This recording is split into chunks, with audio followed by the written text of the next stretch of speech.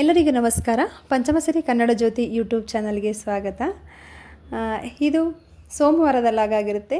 ಸೋಮವಾರದಿಂದ ಈ ಇಡೀ ಒಂದು ವಾರ ಪೂರ್ತಿ ನಾನು ಲಂಚ್ ಬಾಕ್ಸ್ ಹೇಗೆ ಟಿಫನ್ ಬಾಕ್ಸ್ಗೆ ಪ್ರಿಪೇರ್ ಮಾಡೋದು ಅಂತ ಹೇಳಿ ನಾನು ತೋರಿಸ್ತಾ ಹೋಗ್ತೀನಿ. ಒಬ್ಬರು ಕೇಳಿದರು ಹೇಗೆ ಮಾಡೋದು ತೋರಿಸಿ ಅಂತ ಹೇಳಿ.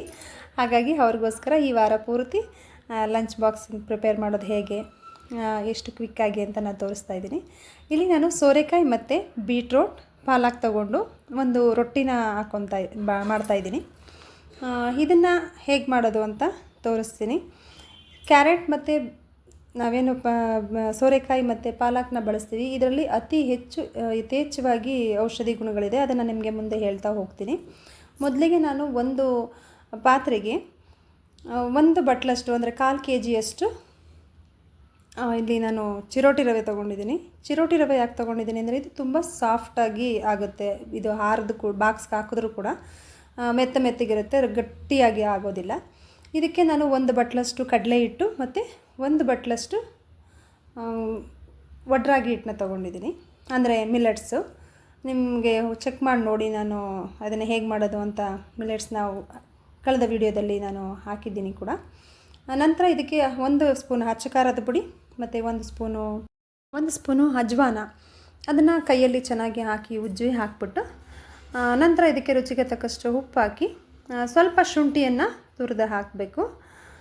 ಇದಕ್ಕೆ 1 ಟೀ ಸ್ಪೂನಷ್ಟು ಮೆಣಸು ಹಾಕಬೇಕು. ಮತ್ತು 1, 2 ಅಥವಾ 3 ನಮಗೆ ಎಷ್ಟು ಬೇಕೋ ಖಾರಕ್ಕೆ ಅಷ್ಟು ಹಸಿ ಮೆಣಸಿನ್ಕಾಯಿನ ಹಾಕೋಬೋದು. ನೀವು ಬೇಕಂದರೆ ಹಾಕೋಬೋದು, ಇಲ್ಲಾಂದರೆ ಇದನ್ನು ಸ್ಕಿಪ್ ಮಾಡಿ. ಯಾಕಂದರೆ ನಾವು ಖಾರದ ಪುಡಿನೂ ಅಚ್ಚ ಖಾರದ ಪುಡಿ ಬಳಸಿದ್ದೀವಿ ಮತ್ತು ಇದಕ್ಕೆ ಮೆಣಸು ಕೂಡ ಹಾಕ್ತಾಯಿದ್ದೀವಿ. ಯಾಕೆ ನಾವು ಜಾಸ್ತಿ ಈ ಖಾರನ ಹಾಕ್ತಾ ಇರೋದು ಅಂತಂದರೆ, ಇದು ನಾವು ಕ್ಯಾರೆಟ್ ನಾವು ಇದಕ್ಕೆ ಹಾಕ್ಕೊಳ್ಳೋದ್ರಿಂದ ಮತ್ತು ಸೋರೆಕಾಯ್ದು ಅದು ಕೂಡ ಸಿಹಿ ಅಂಶ ಆಗಿರೋದ್ರಿಂದ, ಪಾಲಕು ಕೂಡ ಸಿಹಿ ಅಂಶ ಆಗಿರೋದ್ರಿಂದ ಇದು ಜಾಸ್ತಿ ಸ್ವೀಟ್ ಥರ ಆಗಿಬಿಡುತ್ತೆ. ಹಾಗಾಗಿ ನಾವು ಹೆಚ್ಚು ಖಾರ ಹಾಕ್ಕೊಂಡ್ರೂ ಕೂಡ ಇದು ತಡೆಯುತ್ತೆ. ಹಾಗಾಗಿ ನಾನಿಲ್ಲಿ ಮೆಣಸು ಮತ್ತು ಶುಂಠಿ, ಅಚ್ಚ ಖಾರದ ಪುಡಿ ಮತ್ತು ಮೆಣಸಿನಕಾಯಿ, ಸಣ್ಣದಾಗಿ ಹೆಚ್ಕೊಂಡಿರೋಂಥ ಮೆಣಸಿನಕಾಯಿನೂ ಕೂಡ ಹಾಕಿದ್ದೀನಿ. ಯಾಕೆ ನಾವು ಮೆಣಸು ಮತ್ತು ಶುಂಠಿ ಇದಕ್ಕೆ ಬಳಸಿದ್ದೀವಿ ಅಜ್ವಾನನ ಅಂತಂದರೆ, ಇದು ಸ್ವಲ್ಪ ಶೀತನ ತೆಗೆದು ಹಾಕುತ್ತೆ. ಮಕ್ಕಳಿಗೆ ಬೇಗ ಶೀತ ಆಗಿಬಿಡುತ್ತೆ. ಇದು ಸೋರೆಕಾಯಿ ಸ್ವಲ್ಪ ತಂಪಾಗಿರೋದ್ರಿಂದ ನಾವಿಲ್ಲಿ ಇದನ್ನು ಬಳಸೋದ್ರಿಂದ ಮಕ್ಕಳಿಗೆ ಶೀತ ಆಗೋದಿಲ್ಲ, ಕೆಮ್ಮು ನೆಗಡಿ ಬರೋದಿಲ್ಲ. ಹಾಗಾಗಿ ಇದನ್ನು ನಾನು ಇಲ್ಲಿ ಬಳಸಿದ್ದೀನಿ. ಹೀಗೆ ಮಾಡಿದ್ರೆ ಕೂಡ ಇದನ್ನು ಜಾಸ್ತಿ ನಾವು ಈ ಸೋರೆಕಾಯಿ ಮತ್ತು ಬೀಟ್ರೋಟ್ನ ಪಾಲಕ್ನ ನಾವು ಬೇಸಿಗೆಗಾಲದಲ್ಲಿ ಜ್ಯೂಸ್ ಟೈಪಲ್ಲಿ ಕುಡಿದ್ರೆ ಕಫ ಶೀತ ಆಗೋದಿಲ್ಲ. ಮೆಣಸು ಜೀರಿಗೆ ಹಾಕ್ಕೊಂಡು ಸ್ಕಿಪ್ ಮಾಡೋ ಕೂಡ ಮಾಡ್ಬೋದು. ಬಟ್ ಇಲ್ಲಿ ನಾವು ಈಗ ಶೀತ ವಾತಾವರಣ ಇರೋದ್ರಿಂದ, ಈಗೆಲ್ಲ ಮಳೆ ಚಳಿ ಎಲ್ಲ ಇರೋದ್ರಿಂದ ಇದನ್ನು ಹಾಕಿದ್ರೆ ಮಕ್ಕಳಿಗೆ ಯಾವುದೇ ಥರದ ಶೀತ ಆಗೋದಿಲ್ಲ. ನಂತರ ನಾವೇನು ತುರಿದಿಟ್ಕೊಂಡಿರೋವಂಥ ಕಟ್ ಮಾಡಿಟ್ಕೊಂಡಿರೋವಂಥ ಪಾಲಕು ಎಲ್ಲನೂ ಇದಕ್ಕೆ ಸೇರಿಸಿ ಚೆನ್ನಾಗಿ ಕಲಿಸ್ಕೊಂಡು ಹೊಂದಿಸ್ಕೋಬೇಕು. 5 ನಿಮಿಷ ಬಿಡಬೇಕು. ಇದಕ್ಕೆ ಒಂದು ಲೋಟದಷ್ಟು ನಾನಿಲ್ಲಿ ಮಜ್ಜಿಗೆ ತೊಗೊಂಡಿದ್ದೀನಿ. ಮೊಸರು ಅಥವಾ ಮಜ್ಜಿಗೆ ಯಾವುದನ್ನಾದ್ರೂ ತೊಗೋಬೋದು. ನಾನು ಇಲ್ಲಿ ಮಜ್ಜಿಗೆ ತೊಗೊಂಡಿದ್ದೀನಿ. ಯಾಕೆ ಅಂದರೆ ನಿಮಗೆ ಹೇಳಿದ್ದೀನಿ ನಾನು, ಯಾವುದನ್ನು ಮಕ್ಕಳು ನಮಗೆ ಸೇವನೆ ಮಾಡೋದಕ್ಕೆ ಆಗೋದಿಲ್ವೋ, ಹಾಲಾಗಿರ್ಬೋದು ಕುಡಿಯೋಲ್ಲ ಅಂತ ಅಂತಾರೆ, ಅಥವಾ ಮೊಸರು ಆಗಿರ್ಬೋದು, ಚಳಿ ಈಗ ಅದನ್ನು ತಿನ್ನೋಕ್ಕಾಗಲ್ಲ, ನಾವು ಈ ರೀತಿ ಒಂದು ಪದಾರ್ಥಕ್ಕೆ ನಾವು ಸೇರಿಸಿ ತಿನ್ನಿಸೋದ್ರಿಂದ ಮಕ್ಕಳಿಗೆ ಅದರಲ್ಲಿ ಸಿಗುವಂಥ ಕ್ಯಾಲ್ಶಿಯಮ್ ಆಗಿರ್ಬೋದು, ಏನೇ ಅದರದ್ದು ಆರೋಗ್ಯಕರವಾದಂಥ ಅಂಶಗಳಾಗಿರ್ಬೋದು ಮಕ್ಕಳಿಗೆ ಸಿಗಲಿ ಅನ್ನೋದೇ ಒಂದು ಉದ್ದೇಶ. ಹೀಗೆ ಮಾಡೋದ್ರಿಂದ ಮಕ್ಕಳು ಆರೋಗ್ಯಕರವಾಗಿರ್ತವೆ. ಮತ್ತು ಈ ಸೋರೆಕಾಯಿನಲ್ಲಿ ಏನೆಲ್ಲ ಔಷಧಿ ಗುಣಗಳಿರ್ಬೋದು, ಅಥವಾ ನಮಗೆ ಎಷ್ಟೆಲ್ಲ ಅದರಿಂದ ನಮಗೆ ಪೋಷಕಾಂಶಗಳು ಸಿಗುತ್ತೆ ಅಂತ ಅನ್ನೋದಾದರೆ, ಇದರಲ್ಲಿ ವಿಟಮಿನ್ ಸಿ ಅತಿ ಹೆಚ್ಚು ಇರುತ್ತೆ, ಮತ್ತು ಸೋಡಿಯಂ, ಫೈಬರ್ ಇರುತ್ತೆ, ಕಬ್ಬಿಣಾಂಶ ಜಾಸ್ತಿ ಇರುತ್ತೆ ಇದರಲ್ಲಿ.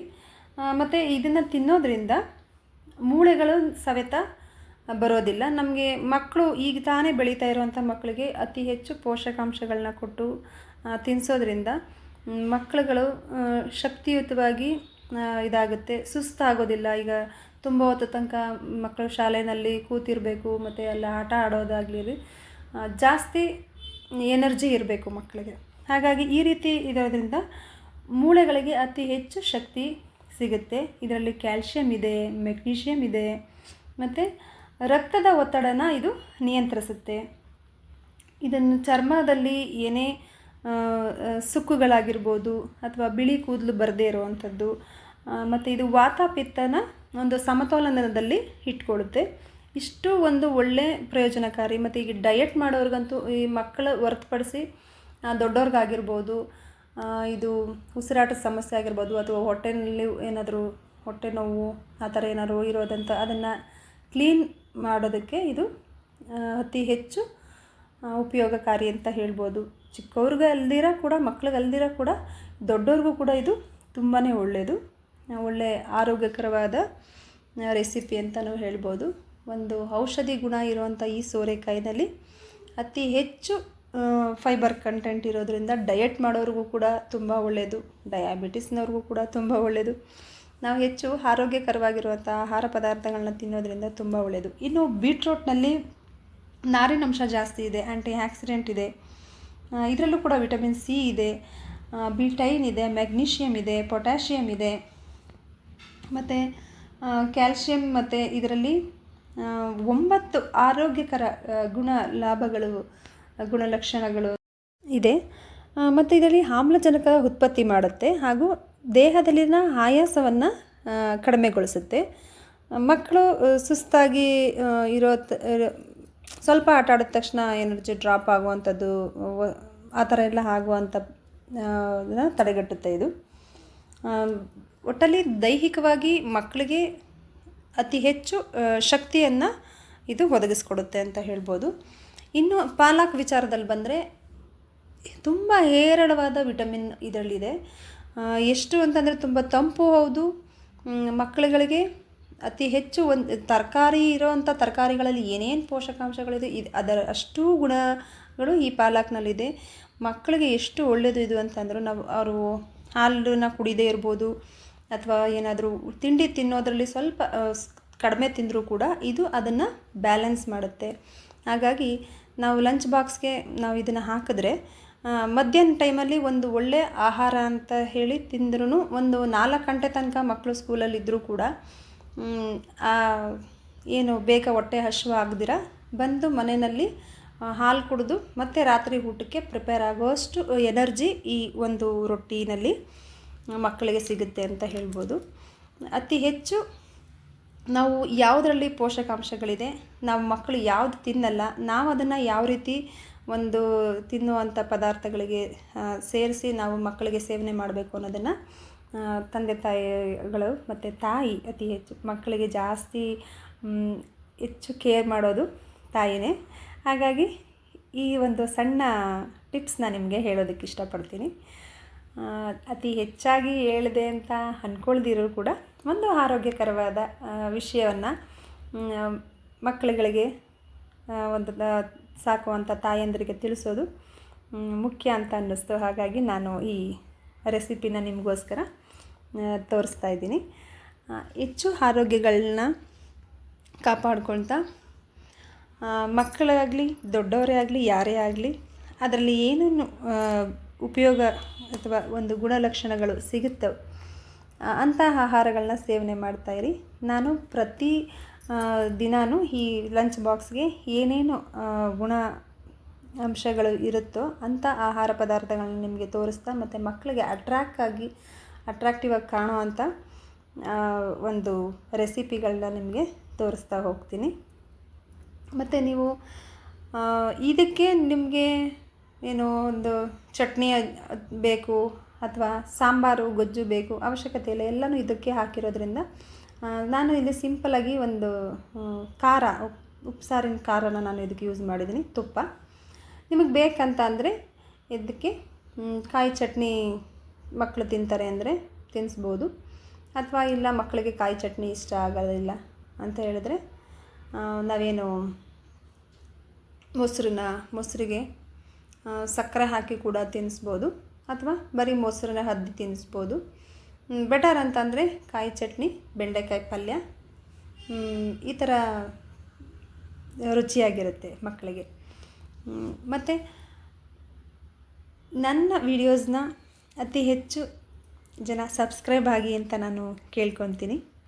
ತುಂಬ ಜನ ಸಬ್ಸ್ಕ್ರೈಬ್ ಆಗ್ತಾಯಿದ್ದೀರಾ. ಇನ್ನೂ ಅತಿ ಹೆಚ್ಚು ಜನ ಸಬ್ಸ್ಕ್ರೈಬ್ ಆಗಬೇಕು.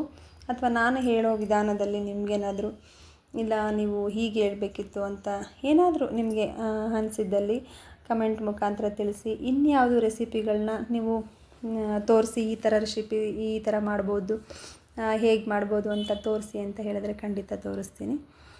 ನಿಮ್ಮ ಅನಿಸಿಕೆ ಅಭಿಪ್ರಾಯಗಳನ್ನ ತಿಳಿಸಿ.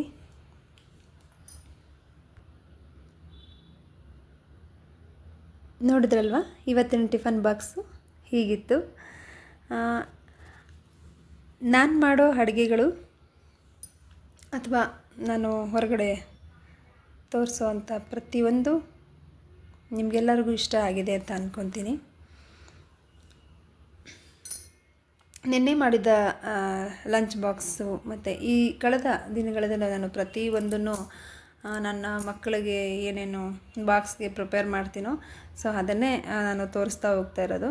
ನಾನು ಅತಿ ಹೆಚ್ಚು ನನ್ನ ಮಗಳು ಸ್ವಲ್ಪ ಡಯಟ್ ಮಾಡಬೇಕು ಅನ್ನೋ ಕಾರಣಕ್ಕೆ ಜಾಸ್ತಿ ಸಿರಿಧಾನ್ಯ ಆಗಿರ್ಬೋದು ಅಥವಾ ರೈಸ್ ಹೊರತುಪಡಿಸಿ ಏನಿರುತ್ತೋ ಅದೇ ರೆಸಿಪಿಗಳನ್ನ ನಾನು ಜಾಸ್ತಿ ಮಾಡೋದು. ಮಕ್ಕಳು ನಿಮಗೆ ನಾನು ರೆಸಿಪಿ ತೋರಿಸ್ತಾ ಇರೋದು ಇವಾಗ ರೈಸ್ ಬಳಸಿ ಕೂಡ ನಾನು ನಿಮಗೆ ಮಾಡಿ ತೋರಿಸ್ತೀನಿ. ಯಾಕೆಂದರೆ ನಮಗೆ ಮತ್ತು ನಮ್ಮ ಮಕ್ಕಳೆಲ್ಲ ದೊಡ್ಡವರಾಗಿರೋದ್ರಿಂದ ಸ್ವಲ್ಪ ನಾನು ಅತಿ ಹೆಚ್ಚು ಸ್ವಲ್ಪ ಆರೋಗ್ಯಕರವಾಗಿರೋವಂಥ ಜಾಸ್ತಿ ತಿಂದು ಹೊಟ್ಟೆ ಹಾಳು ಮಾಡ್ಕೊಳ್ದೇ ಇರೋಕ್ಕೆ ಮತ್ತು ಸ್ವಲ್ಪ ಡಯಟ್ ವಿಚಾರದಲ್ಲೂ ಕೂಡ ಸ್ವಲ್ಪ ಗಮನ ಹರಿಸಿ ನಾನು ಬಾಕ್ಸ್ನ ಪ್ರಿಪೇರ್ ಮಾಡ್ತೀನಿ. ಇವತ್ತಿನ ಲಂಚ್ ಬಾಕ್ಸು ನಂದು ಈ ರೀತಿ ಇತ್ತು.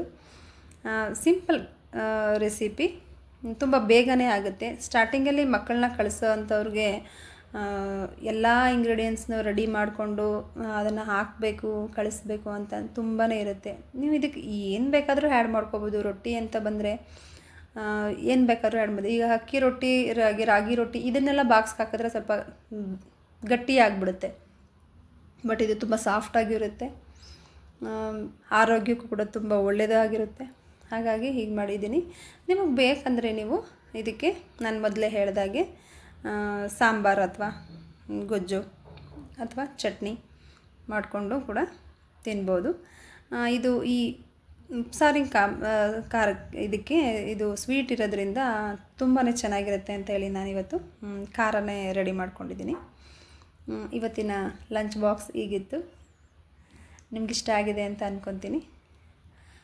ಇಷ್ಟ ಆಗಿದ್ದರೆ ಲೈಕ್ ಮಾಡಿ, ಶೇರ್ ಮಾಡಿ, ಸಬ್ಸ್ಕ್ರೈಬ್ ಮಾಡಿ. ನಿಮ್ಮ ಅನಿಸಿಕೆ ಅಭಿಪ್ರಾಯಗಳನ್ನ ಕಮೆಂಟ್ ಸೆಕ್ಷನಲ್ಲಿ ತಿಳಿಸಿ.